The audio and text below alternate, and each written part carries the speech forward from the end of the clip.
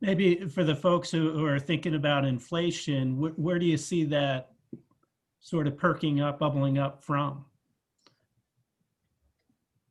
And a few of us sat on the Dalio call, and what Ray had said was, listen, you have two types of inflation. One is, sort of financial, and then there's goods and services. And financial is driven by the fact that you're impacting capital flows, which are going to bid up longer duration assets, and you get the inflationary impact there. But he was of the view that from a goods and services standpoint, much to what Simon's saying, it's going to be very difficult to get pricing power, in the goods and services sector. So he doesn't see, you might get some temporary spikes because of supply issues, demand issues. I mean, the perfect one is, lumber. I mean, you've got sort of forced behavior, people cooped up in their house, they got nothing to spend on, they start spending on their home, and you've seen this sort of flow of capital. You get this sort of supply demand issue that's somewhat temporary. But maybe for the inflation concerns, where do we see sort of inflation perking up?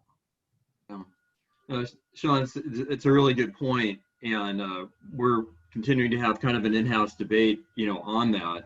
I think there was a great quote, and I'll paraphrase it, by the chief economist of Invesco. And he said, essentially, to have inflation, you have to have money in the hands of the consumer. You don't get inflation if the money is in the hands of central banks.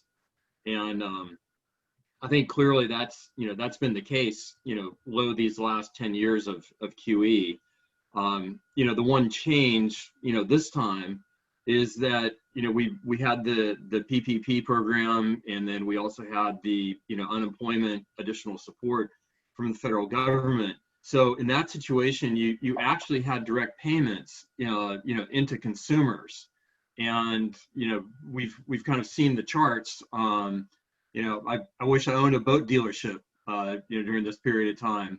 There was a lot of discretionary spending on items that that you wouldn't normally expect, particularly given the circumstances of the times.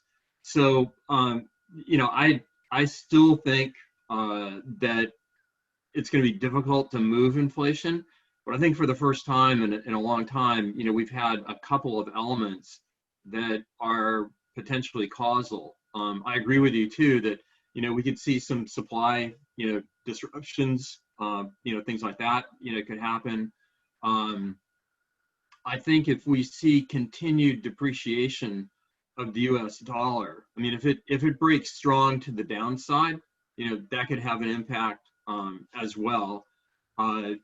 Sort of part and parcel, with that is that if we actually start bringing supply chains, back to the U.S., maybe for the sake of national security, economic security on supply chains, we're willing to live with higher prices. Whether those be incremental or more substantial, don't know. But nonetheless, obviously that's a longer term dynamic. It's not going to happen, in January of next year. But I think the thing for us is that we're seeing a few glimmers of potential causal factors of inflation, and those always have to be weighed with. There's a lot of deflationary pressures that are still out there, but nonetheless, I think it's before it was like zero. Now it's some number other than zero. Right. Yeah, it's at the margin. Exactly. Right. Since when the Fed instituted their 2% target back in 2012, from then until now, inflation has averaged 1.6%. And with them changing their target to view that they'll overshoot their 2%, you'll get something at the margin. But I'm not expecting enormous inflation. The current issue is deflation, but it's got to come back.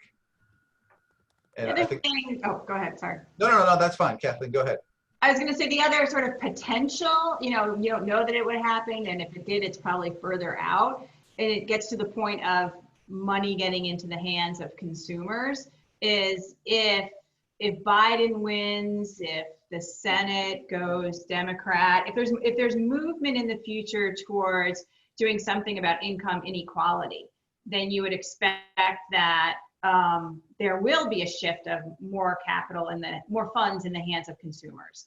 And so that also could have an inflationary effect.